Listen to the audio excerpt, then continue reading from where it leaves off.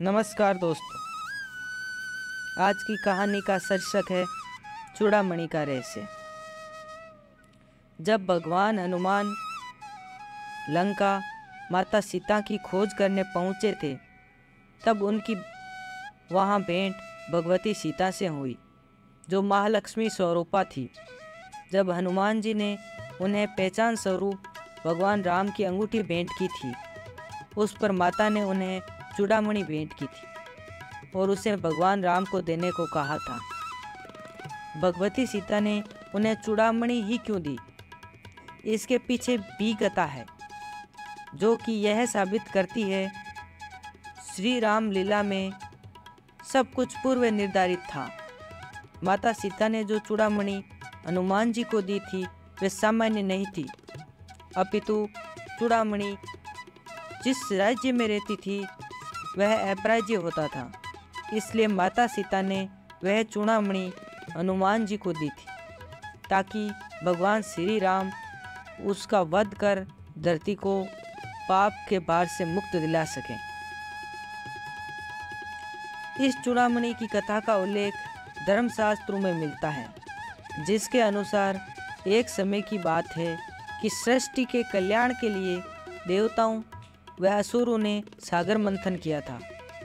उस समय सागर से 14 रत्न निकले थे और 2 देवियां प्रकट हुई थी। एक थी रत्नाकर नंदिनी और दूसरी थी महालक्ष्मी।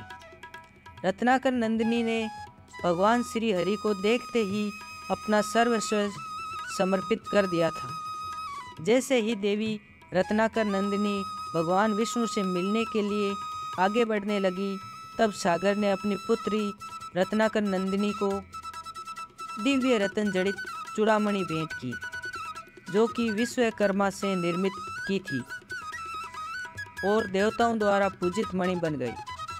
इसी दौरान महालक्ष्मी का प्रादुर्भाव हो गया तथा लक्ष्मी जी ने भी भगवान श्री हरि यानी विष्णु जी को देखा, तो वह भी भगवान पर मोहित हो गई और मन ही मन उनका वर्ण कर लिया। यह देखकर रत्नाकर नंदिनी अकुल कर रह गई।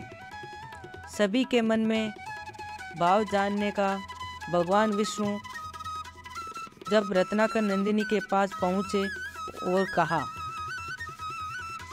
मैं तुम्हारे भाव से परिचित हूँ।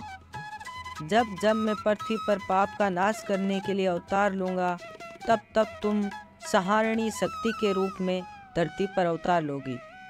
संपूर्ण रूप से तुम्हें कलयुग में अंगीकार करूँगा। अभी सतयुग चल रहा है। त्रेता और द्वापर में तुम त्रिकूट पर्वत के शिखर पर अपने अर्चकों की मनोकामना पूर्ति करती हुई तपस्यारत रहो। तपस्या के लिए विदा लेते समय देवी रत्नाकर नंदिनी ने अपनी चूड़ामणि निशानी के तौर पर श्री हरि को दे दी। वहीं निकट देवराज इंद्र खड़े थे। वे चूड़ामणि पाने के लिए अधीर हो गए, तो भगवान विष्णु ने उन्हें भेंट कर दी।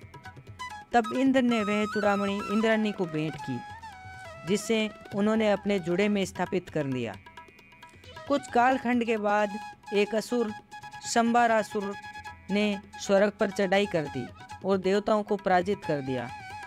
इस घटना के कुछ समय बाद इंद्रदेव दशरथ जी के पास पहुँचे और उनकी मदद मांगी। तब दशरथ जी ने कैकेयी के साथ स्वर्ग आए और शंबरासुर का वध कर दिया।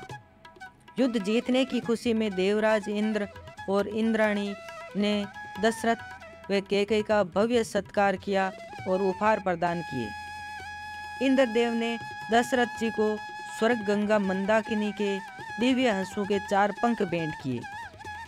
इंद्राणी ने कैकेयी को वही चूड़ामणि भेंट की और वरदान दिया कि यह चूड़ामणि जिस राज्य में रहेगी, वह राज्य अपराज्य रहेगा और चूड़ामणि धारण करने वाली स्त्री को अक्षत, अक्षय और अखंड सौभाग्य प्राप्त होगा। कालांतर में कैकेयी ने यह चूड़ामणि सुमित्रा को अद्भुत प्रेम देखकर उसे प्रदान कर दी। इस चूड़ामणि की समानता किसी अन्य आभूषण से नहीं की जा सकती। जब श्री राम का विवाह हुआ, तो तीनों माताओं ने पुत्र और पुत्र वधुओं को मुंह दिखाई के तौर पर उपहार प्रदान किए। माता कैकेयी ने माता सीता को कनक भवन प्रदान किया। माता सुमित्रा माता ने चूड़ामणि भेंट की, तो माता कौशल्या माता ने सीता के हाथ श्री राम के हाथ सौंप दिया। सीता हरण के पश्चात यही चूड़ामणि माता सीता ने हनुमान जी को दी अपनी निशानी के तौर पर। माता अन्य कोई आभूषण भी हनुमान जी को दे सकती थी, लेकिन उन्होंने यह चूड़ामणि यह सोचकर हनुमान जी को सौंपी थी, यह चूड़ामणि जिस राज्य में रहेगी उसे जीता नहीं जा सकता। ऐसे में रावण का वध करने के लिए चूड़ामणि का श्री राम के पास होना आवश्यक था। आप सभी का दिन शुभ हो।